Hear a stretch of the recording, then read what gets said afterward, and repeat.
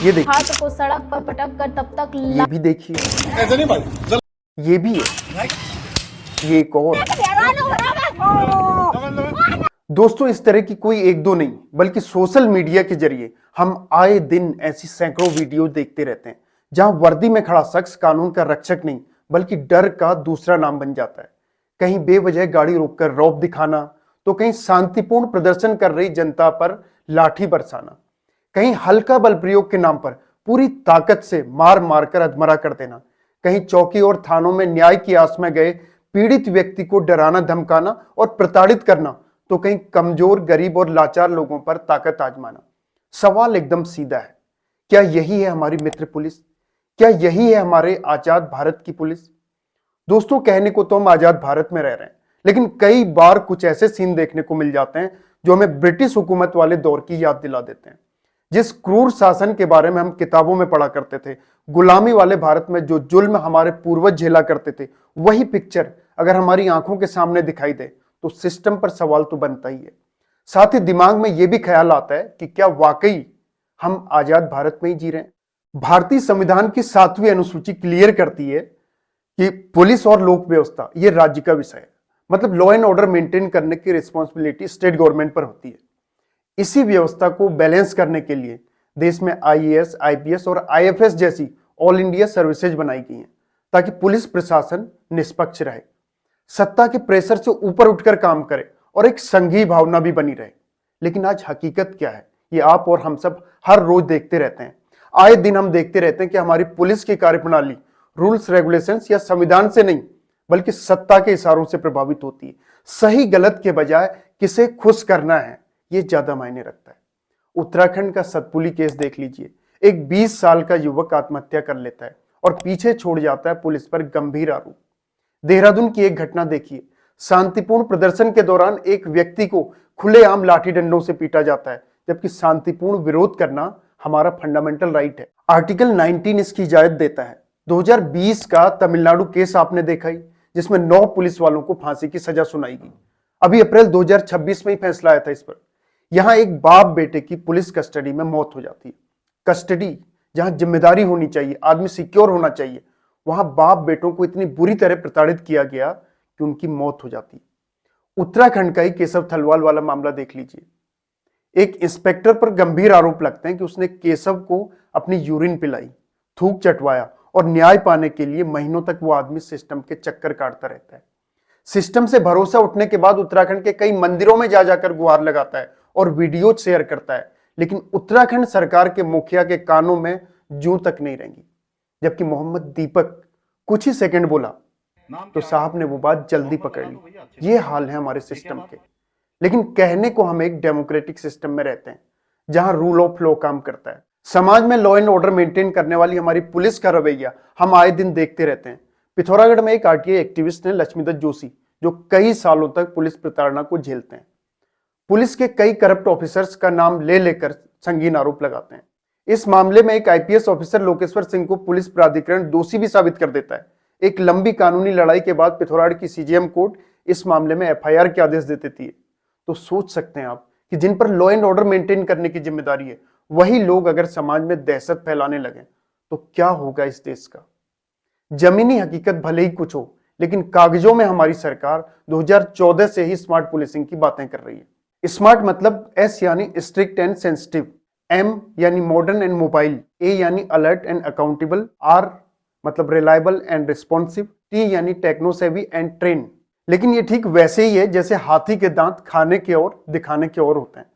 सबसे बड़ा सवाल तो यही है कि क्या जमीन पर ये स्मार्ट पुलिसिंग दिख भी रही है, या फिर वही पुराना कॉलोनियल माइंडसेट जहां पुलिस जनता की नहीं बल्कि सत्ता की सेवा करती है। ऐसा बिल्कुल नहीं है कि हमारे पास पुलिस की कार्यप्रणाली को मापने के लिए कोई आधिकारिक रिपोर्ट, सर्वे या इंडेक्स मौजूद नहीं है, बल्कि हकीकत यह है कि भारत में इस तरह की कई मजबूत व्यवस्थाएं मौजूद हैं। सबसे पहले बात करते हैं नेशनल क्राइम रिकॉर्ड्स ब्यूरो यानी एनसीआरबी।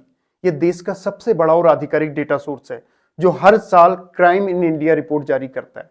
इस रिपोर्ट के जरिए हमें पता चलता है कि क्राइम रेट क्या है, कस्टोडियल डेथ कितनी हुई, पुलिस ने कितने केस रजिस्टर किए, चार्जशीट और कन्विक्शन रेट क्या है। यानी कुल मिलाकर ये रिपोर्ट पुलिस की परफॉर्मेंस और जवाबदेही का ठोस उत्तर देती है। इसके अलावा bureau of police research and development यानी BPRND, जो पुलिस सुधार और रिसर्च के क्षेत्र में काम करता है, ये हर साल data on police organisation report जारी करता है, जिसमें पुलिस पॉपुलेशन रेशियो, ट्रेनिंग और इंफ्रास्ट्रक्चर, मॉडर्नाइजेशन की स्थिति, इस तरह की चीजें शामिल होती हैं।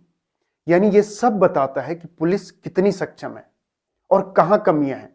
अब बात करते हैं ग्राउंड लेवल की, जहां कॉमन कॉज और CSDS मिलकर status of policing in India report यानी SPIR जारी करते हैं। इसमें सीधे जनता से सवाल किए जाते हैं कि क्या आपको पुलिस पर भरोसा है, क्या पुलिस निष्पक्ष है, क्या आपने रिश्वत या दबाव का अनुभव किया है। यानी ये रिपोर्ट पुलिस की जमीनी छवि मतलब पब्लिक परसेप्शन को सामने लाती है। इसके अलावा नेशनल ह्यूमन राइट्स कमीशन यानी NHRC जो है, मानवाधिकार उल्लंघन के मामलों पर नजर रखता है, जैसे कस्टोडियल डेथ है, पुलिस टॉर्चर है या अनलॉफुल बिहेवियर है। तो इस तरह के मामलों में ये न सिर्फ रिकॉर्ड रखता है बल्कि राज्यों को नोटिस और सिफारिशें भी देता है। यानी ये इंश्योर करता है कि पुलिस कानूनी सीमाओं के दायरे में रहकर काम करे। वहीं ट्रांसपेरेंसी इंटरनेशनल अपनी सर्वे के जरिए भ्रष्टाचार की स्थिति बताता है, जहां कई बार पुलिस को सबसे भ्रष्ट विभागों में गिना जाता है, मतलब परसेप्शन बेस्ड सर्वे। नीति आयोग भी है, ये भले ही डायरेक्ट पुलिस रिपोर्ट कम देता हो, लेकिन गुड गवर्नेंस इंडेक्स जैसे माध्यमों से राज्यों के जो एडमिनिस्ट्रेटिव परफॉर्मेंस है उसका आकलन करता है। मतलब ये चीज क्लियर है कि हमारे पास डेटा भी है, रिपोर्ट्स भी हैं, सर्वे भी हैं, लेकिन सबसे बड़ा सवाल तो यही है कि क्या इन रिपोर्ट्स के बेस पर ग्राउंड पर कुछ सुधार हो भी पाता है या नहीं। क्योंकि अगर सिस्टम इतना स्ट्रांग है तो फिर आम आदमी का भरोसा पुलिस पर क्यों नहीं बन पा रहा है? क्यों बार बार ऐसे मामले सामने आते हैं जहां पुलिस पर सत्ता के दबाव में गैर कानूनी और अनकॉन्स्टिट्यूशनल काम करने के आरोप लगते हैं? एक स्वस्थ लोकतंत्र में पुलिस की भूमिका सिर्फ कानून लागू करना नहीं होती, बल्कि पीड़ित को न्याय दिलाना और अपराधी में खौफ बनाए रखना भी होता है। लेकिन अगर जमीन पर तस्वीर उल्टी दिखे तो ये सिर्फ एक सिस्टम के लिए नहीं बल्कि पूरे लोकतंत्र के लिए चुनौती है। और सच क्या है ये हम सब जानते हैं, बस बोलने से कतराते हैं। ऐसा बिल्कुल नहीं है कि हमारे देश में सारे के सारे पुलिस वाले करप्ट हैं या पूरी पुलिस फोर्स ही गलत है या पूरा सिस्टम ही खराब है। पुलिस का एक मानवीय चेहरा और भी है, क्योंकि इसी सिस्टम के अंदर कई ऐसे पुलिस वाले भी हैं जो अपनी ईमानदारी, कर्तव्यनिष्ठा और संवेदनशीलता के लिए जाने जाते हैं। हम अक्सर सोशल मीडिया पर देखते हैं, कहीं कोई पुलिसकर्मी घायल व्यक्ति को अस्पताल पहुंचा रहा है, कहीं कोई किसी गरीब और जरूरतमंद की मदद कर रहा है, तो कहीं कोई बिना किसी प्रेशर के निष्पक्ष होकर कार्रवाई कर रहा है। यानी वर्दी सिर्फ ताकत का प्रतीक नहीं है, बल्कि कई लोगों के लिए जिम्मेदारी और इंसानियत का भी प्रतीक है।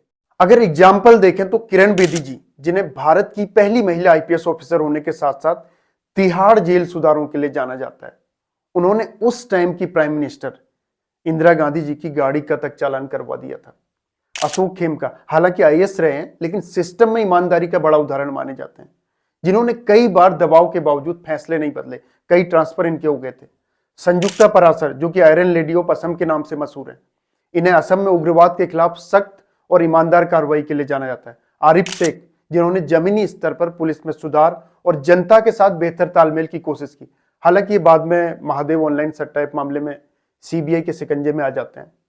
लेकिन देश के अंदर ईमानदार पुलिस वालों की अगर बात की जाए तो इस तरह के एक नहीं, दो नहीं, बल्कि सैकड़ों ऑफिसर्स हैं जो पुलिसिंग का सही मतलब समझते हैं। लेकिन दूसरी तरफ यह भी एक सच्चाई है कि ऐसे अधिकारी सिस्टम में अपवाद बनकर रह जाते हैं या गंदी पॉलिटिक्स का शिकार हो जाते हैं।